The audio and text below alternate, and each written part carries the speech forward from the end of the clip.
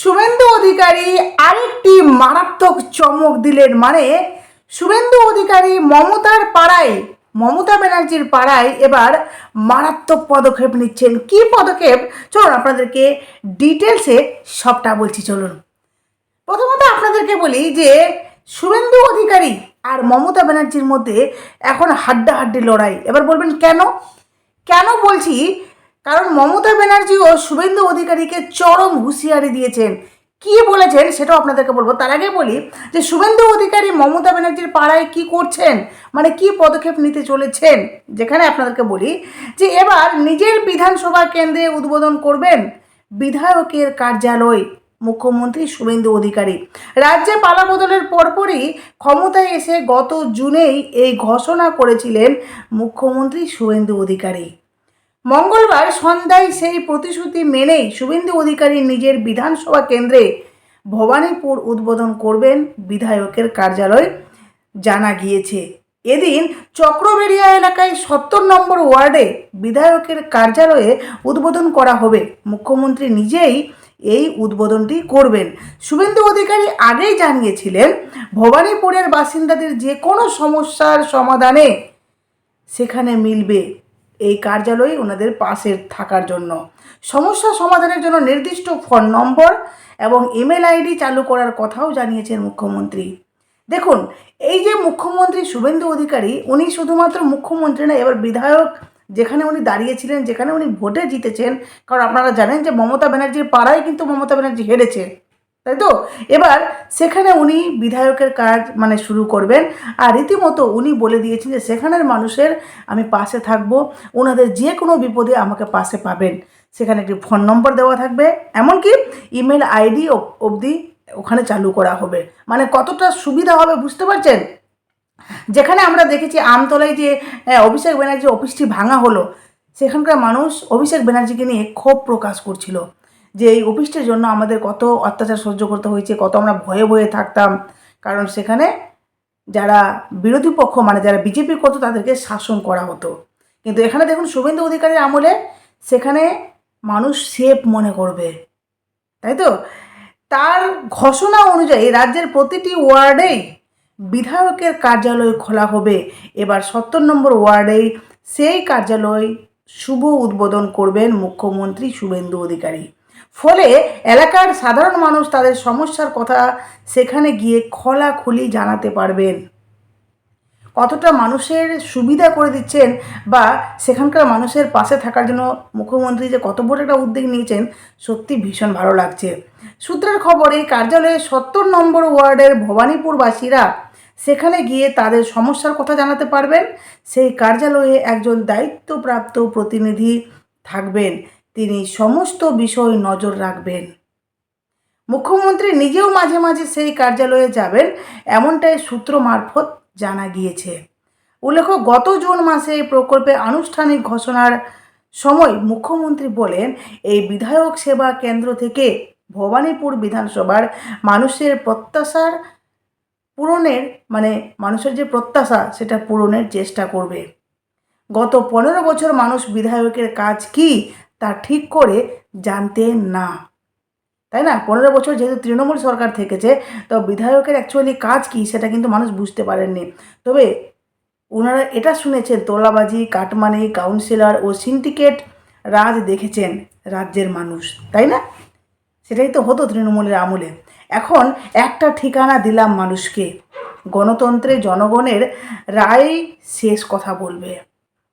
মানে এটা মারাত্মক একটি কথা যে গণতন্ত্র মানে এই যে গণতন্ত্রে জনগণের রায়ই শেষ কথা বলবে। তিনি আরও জানান এই কেন্দ্র থেকে সাধারণ মানুষের জন্য নানাবিধ পরিষেবা দেওয়া হবে। জরুরি প্রয়োজনে মানুষ নিজেই এখানে যোগাযোগ করতে পারবে। মানুষের যদি প্রয়োজন হয়, সেটা যদি জরুরি থাকে, তাহলে সেখানে গিয়ে কিন্তু ওনারা নিজের সমস্যার সমাধান পাবেন, নিজের কথাগুলো বলতে পারবেন। মুখ্যমন্ত্রী বলেন বড় জায়গা না পেলেও একটা ঠিকানা দিতে পেরেছি আমি। এখানে বিজেপির স্বেচ্ছাসেবক ও সাধারণ নাগরিকরা থাকবেন। সমাজের আর্থিকভাবে দুর্বল মানুষ থেকে শুরু করে যারা বিধায়কের কাছ থেকে জরুরি পরিষেবা চান তারা সাহায্য পাবেন। মুখ্যমন্ত্রী এই যে পদক্ষেপ, এই যে জনগণের পাশে থাকার একটি নতুন ওনার যে পথ, সেটা কেমন লাগলো আপনাদের অবশ্যই কমেন্ট বক্সে বলবেন। আর আমি জানি যারা মুখ্যমন্ত্রীকে ভালোবাসেন বা যারা শুভেন্দু অধিকারী মুখ্যমন্ত্রী হওয়াতে খুশি হয়েছেন, আশা করি তারা কিন্তু খুব খুশি হবেন। আর আপনাদেরকে আমি বললাম যে মমতা ব্যানার্জি আর শুভেন্দু অধিকারীর মধ্যে কিন্তু হাড্ডাহাড্ডি লড়াই হচ্ছে। কেন বললাম বলুন তো? কারণ দেখুন, শুভেন্দু অধিকারী মমতা ব্যানার্জিকে বলেছিলেন 21শে জুলাই তৃণমূলের পোল খুলব, তাই তো? এবার মমতা ব্যানার্জি আজকে 21শে জুলাই উনি আবার ওপেন হুঁশিয়ারি দিয়েছেন শুভেন্দু অধিকারীকে। কি বলেছেন উনি আপনাদেরকে বলি। রাজ্যের আইন শৃঙ্খলা পরিস্থিতি নিয়ে বর্তমান মুখ্যমন্ত্রী শুভেন্দু অধিকারীকে তীব্র আক্রমণ শোনালেন মমতা বন্দ্যোপাধ্যায় খুদ। নাম না করে সরাসরি মুখ্যমন্ত্রীর দিকে তোপ দাগেন তিনি। মমতার স্পষ্ট অভিযোগ, রাজ্যে আইন শৃঙ্খলা রক্ষার দিকে সরকারের কোনো নজর নেই। এর বদলে বেছে বেছে কেবল তৃণমূল কংগ্রেসকে নিশানা করা হচ্ছে এবং চক্রান্ত করে দলের কল খালি করা হচ্ছে। আচ্ছা বলুন তো, মমতা ব্যানার্জির এই কথাটা কি সত্যি ঠিক? মানে দলের কল কেউ খালি করতে পারে? কারো যদি ইচ্ছাকৃত না হয়, মানে কেউ যদি ইচ্ছা করে এই দল ত্যাগ করে অন্য দলে না ঢোকে, তাহলে কাউকে কি জোর করে ঢোকানো যায়? দেখুন না, কোয়েল মল্লিক এই সবে দলে ঢুকলেন, দল যেভাবে হারলো ব্যাস উনি রং বদলে নিলেন।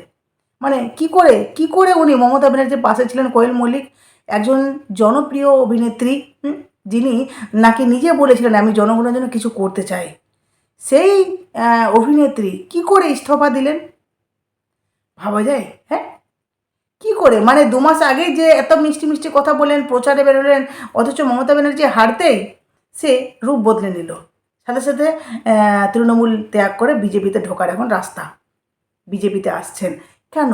তাহলে কি কোয়েল মল্লিককে কেউ শিখিয়ে দিয়েছে? কেউ কাউকে শিখাতে পারে না, যারা করার নিজে থেকে ত্যাগ করছে। এমনকি রচনা ব্যানার্জি কত কথা বললেন যে আমি জানতাম না এই দলে এত দুর্নীতি, এই দলে এত কিছু হচ্ছে, না হলে আমি কোনোদিন এই দলে থাকতাম না। খুব রচনা ব্যানার্জি নিজে বলেছেন এই কথাগুলো। তাহলে রচনা ব্যানার্জিকে কেউ শিখিয়ে দিয়েছে? মুখ্যমন্ত্রী অতীত তৃণমূল যোগ টেনে এনে রীতিমতো বোমা ফাটান মমতা। প্রকাশ্যে সভা থেকে তিনি হুঁশিয়ারি দিয়ে বলেন, মুখ খুললে আপনি 10 বছর তৃণমূল থেকে কি করেছেন তার সব মুখোশ আমি খুলে দেব। মমতা ব্যানার্জি বলেছেন, কারণ আগে তো আপনারা জানেন যে শুভেন্দু অধিকারী কিন্তু টিএমসিতে ছিলেন, তো টিএমসি থেকেই উনি বিজেপিতে এসছেন। তো উনি কি করেছেন, ওনার যে কুকারনামা টিএমসিতে জানি না আদৌ কী রয়েছে, সেটার এবার পোল খুলবেন, যেটা ওপেন হুঁশিয়ারি মমতা ব্যানার্জি দিয়েছেন। রাজ্যের বর্তমান মুখ্যমন্ত্রী বিরুদ্ধে, মানে শুভেন্দু অধিকারীর বিরুদ্ধে প্রাক্তন মুখ্যমন্ত্রী এই বিস্ফোরক মন্তব্য, মুখোশ খুলে দেওয়ার হুঁশিয়ারিকে কেন্দ্র করে রাজ্য রাজনীতিতে নতুন করে ব্যাপক শোরগোল পড়ে গিয়েছে। কারণ এটা একটা আলোচনার বিষয় তো, তাই না, যে এবার কি হতে চলেছে। যেখানে মমতা ব্যানার্জি এই ধরনের কথা বলেছেন যে আমি খুলে দেব পোল, তাহলে শুভেন্দু অধিকারী এমন কি পোল আছে? হ্যাঁ, কিন্তু আজকে আমি যেটা দেখলাম, মমতা ব্যানার্জি যেই সভাটি করেছিলেন সেখানে দেখলাম বেশ মানুষ হয়েছে। কারণ দেখুন, অনেকে আছে তো 15 বছর রাজত্ব, বিশেষ করে মমতা ব্যানার্জি অনেকের চোখে খারাপ। মমতা ব্যানার্জিকে অনেকে অপছন্দ করেন, বিশেষ করে এই তার ভাইপোর জন্য, অভিষেক ব্যানার্জির জন্য। কিন্তু মমতা ব্যানার্জি যতটা খারাপ উনি নন, ওনার চেলা চামুন্ডা, ওনার পরিবার ওনাকে তত খারাপ করে দিয়েছে। মানে ওনার পরিবার ওনাকে লুটে খেয়েছে বলতে পারেন এক কথায়। তো যার জন্য মমতা ব্যানার্জির এই যে আজকে পতন, এটা একমাত্র আমি মনে করি ওনার চেলা চামুন্ডা, ওনার পরিবার, মানে ভাইপোরা সব যুক্ত হয়ে গেল দুর্নীতিতে, এই সমস্ত কিছু কারণে মমতা ব্যানার্জির পতন। ঠিক আছে, যাই হোক, আপনাদের অবশ্যই মূল্যবান মতামত কমেন্ট বক্সে দেবেন, অবশ্যই পাশে থাকবেন। টাটা।